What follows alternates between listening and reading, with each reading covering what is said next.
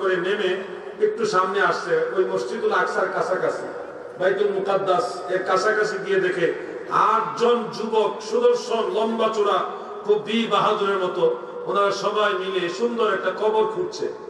এই কবর দেখে মুসা নবী বলে, এত সুন্দর কবর জীবনে কোনোদিন দেখিনি, এই কবর কার গো? এবং যারা কবর খুঁড়তেছে তারা কিন্তু কেউ মানুষ না, সব ফেরেশতা। এবং তারা ওইটাও জানে আজরাইলের কি ঘটনা ঘটছে। ওই যে মুসা নবী যখন বললেন এই কবর কার, এখন ফেরেশতা ওই 8 জনের একজন বলতেছে আল্লাহর এক মায়ার বান্দা। হিকমতে যদি বলি না আমনের কবর, আবার যদি সেটা যায়, এটা আল্লাহর এক মায়ার বান্দার কবর।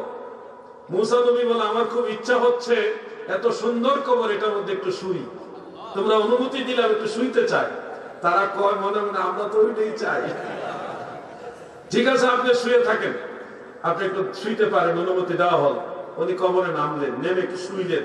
শোয়ার পরে সাদা দাড়ি, সাদা পাগড়ি, সাদা জুব্বা একজন বয়োজ্যেষ্ঠ বৃদ্ধ মানুষ ওনার কাছে এসে সালাম দিছে। এইবার আর সালাম মিস করছে না। বলেন তো এটা কে? মালিকুল মউত না, মালাকুল মউত। মালিক শব্দের অর্থ হলো বাদশাহ, রাজা, আর মালাক মানে ফেরেশতা। মালাক আর মালিকের মধ্যে বেশ কম আছে। আর মালিকুল মুলক, এটার মিমের সাথে এক আলিফ টান দিয়া মালিকুল মুলক হলো আল্লাহ।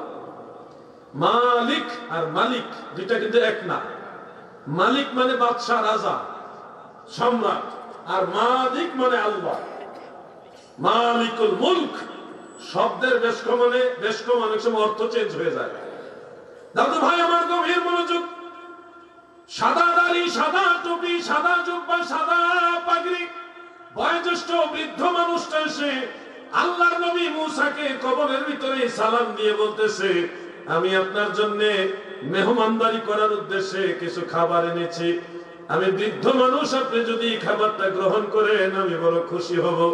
মুসা নবী চিন্তা করলাম, আমরা তো নবী ইন্তেকালের পরেও রিজিক পাবো, মানে আল্লাহর নবীরা মাজারের ভিতরে জান্নাতি খাবার খায়, এই চিন্তাটা ওনার মাথায় আসলো। আপনারা জানেননি সব নবীরা মরার ইন্তেকালের পরেও যে জিন্দা, এটা জানা আছে তো? আমাদের আকীদা এটা। কেউ যদি মনে করে নবীগণ মরা, এখনো মরা, তাহলে সে মুসলমানই থাকবে না। টুপিদারি, জুব্বা, নামাজ, কালাম সবই থাকবে, ঈমান থাকবে না। যদি কেউ মনে করে নবীগণ ইন্তেকালের পরেও মরা, এখনো মরা, তাহলে সে ঈমান থেকে খারেজ হবে। হাদিসে মুতাওয়াতির অস্বীকার করে সে ঈমান হারা হয়ে মরবে, বেঈমান হয়ে মরবে। নাউজুবিল্লাহ বলে। আমাদের আকীদা সব নবীগণ জিন্দা।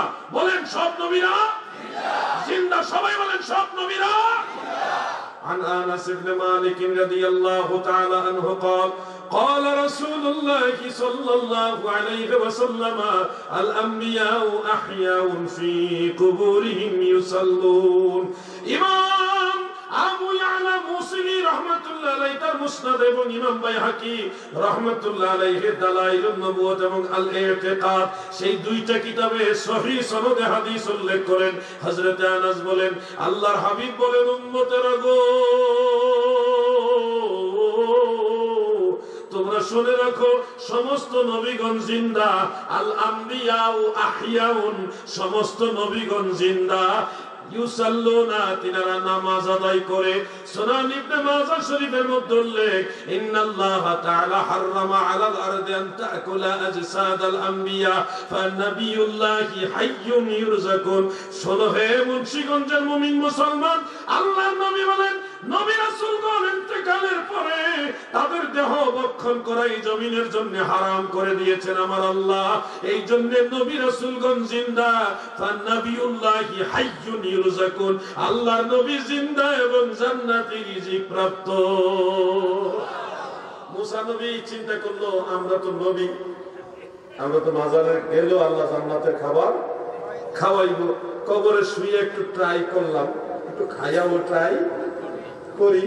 তো ওই হিসাবে একটা আপেল দিছে মুরব্বী, এটা হাতে নিচে নিয়ে খাবে। ঠিক এই সময় আজরাইল চুপচাপ মুবারক নিয়ে গেছে।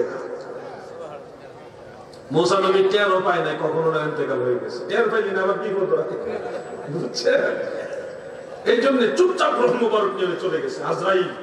শুনুন, এখানে আপনাদেরকে একটা কথা বলতে চাই। আপনাদেরকে বলবো,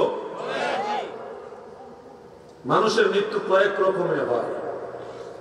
একটা মৃত্যু হলো একটা তাজা গরু বা একটা তাজা মানুষ, তাদের মাথা থেকে পায়ের তলা পর্যন্ত চামড়াগুলি যদি টেনে টেনে টেনে টেনে ছিঁড়ে সারা শরীর থেকে যদি চামড়াটা ছিঁড়ে আলাদা করে, এটা যতটুকু কষ্ট এর চেয়ে ভয়ানক কষ্ট হবে মানুষের মৃত্যুর সময়।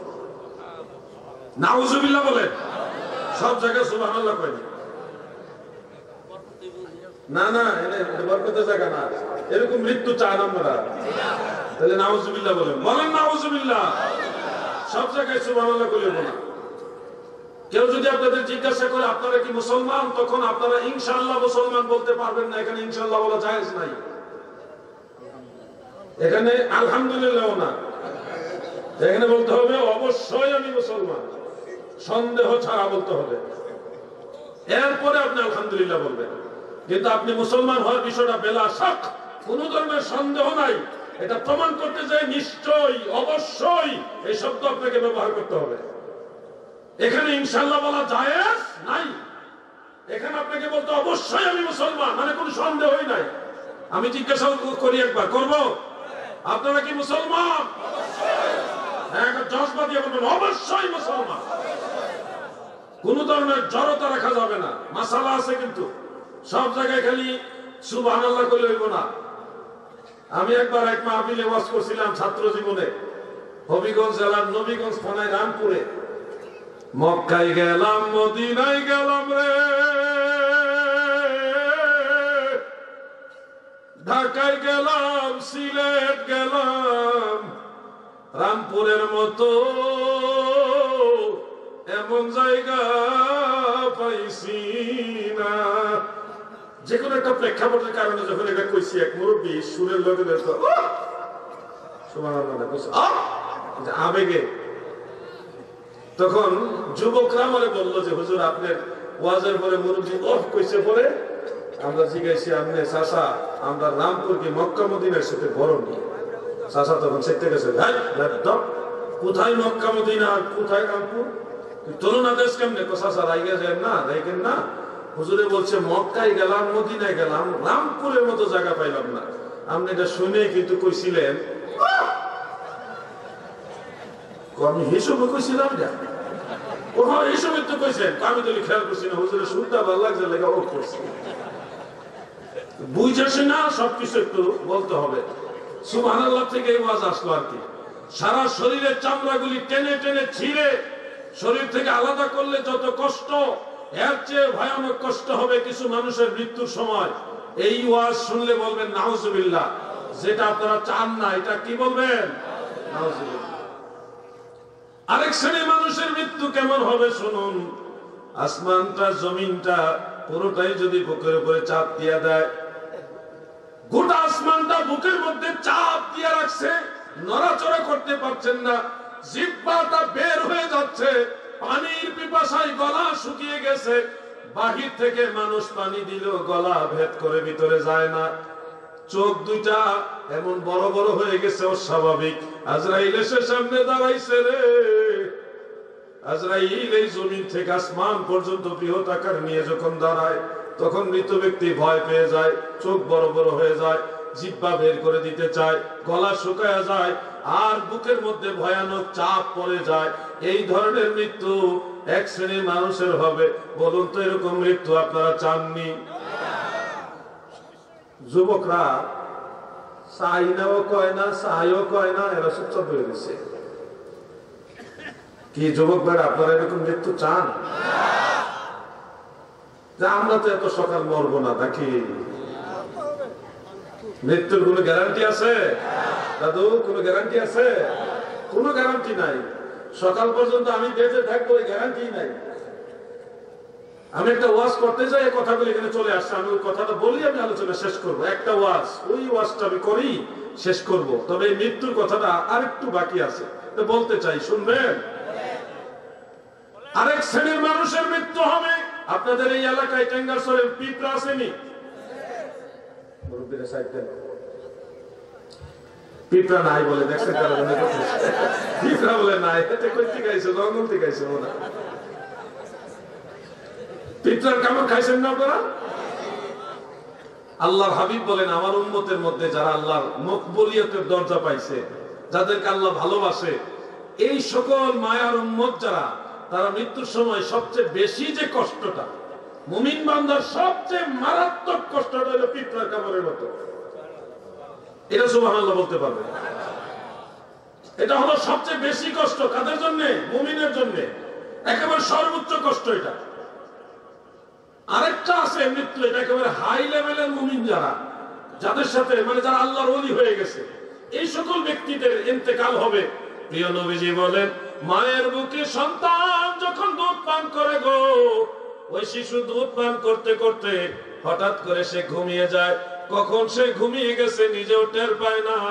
আল্লাহর ওলিরা ইন্তেকালের সময় কখন ইন্তেকাল হয়েছে নিজেরাও টের পাবে না। এই কয়েক রকমের মৃত্যু আছে। আপনারা আশা করি কোনটা দরকার এটা বুঝে নিবেন। সবাই তো যার যার লাভ বুঝেন। অতএব ভালো মৃত্যু চাইলে ভালো কর্ম করতে হবে। খারাপ মৃত্যু আপনি চাইলেও হবে, না চাইলেও হবে, যদি আমল ভালো না হয়। এই কথাগুলি আমার বলার ছিল। আর একটা ওয়াজ, সেটা আমি করবো কয়েক মিনিটের মধ্যে। এই ওয়াজটা একটু মনোযোগ দিয়ে সবাইকে শুনতে হবে। খুব দরকারি ওয়াজ এটা। একেবারে সবাই এই মামলায় কম বেশি জড়িত আছে।